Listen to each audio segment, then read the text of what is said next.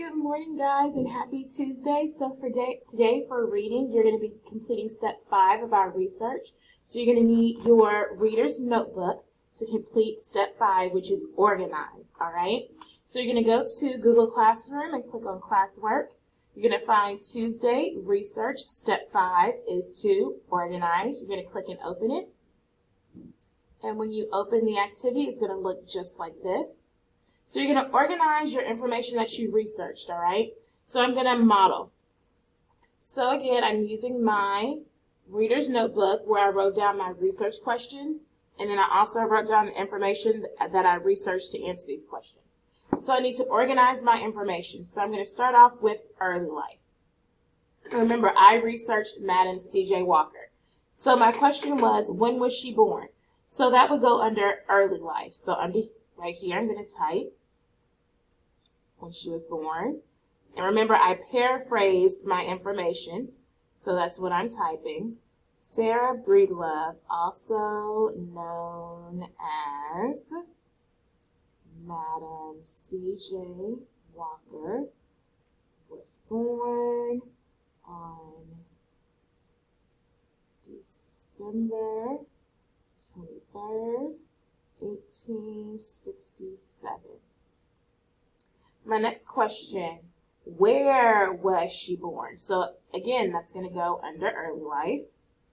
She was born, she and her family lived on a tiny cotton farm. Notice I'm typing in complete sentences, okay, guys? My next one, what school did he or she go to? So that would be under education. And as I researched, I couldn't find any information on the school where Madam C.J. Walker went. So I'm going to type Madam C.J. Walker did not attend school, because I couldn't find any information on that. Then I'm going to keep going through my questions and organizing them, all right? So what I would not type when Madam C.J. died underneath education. I would click on slide number 2 and it says late life. That's where I can type where she died. I can type over here what her invention was. She became well known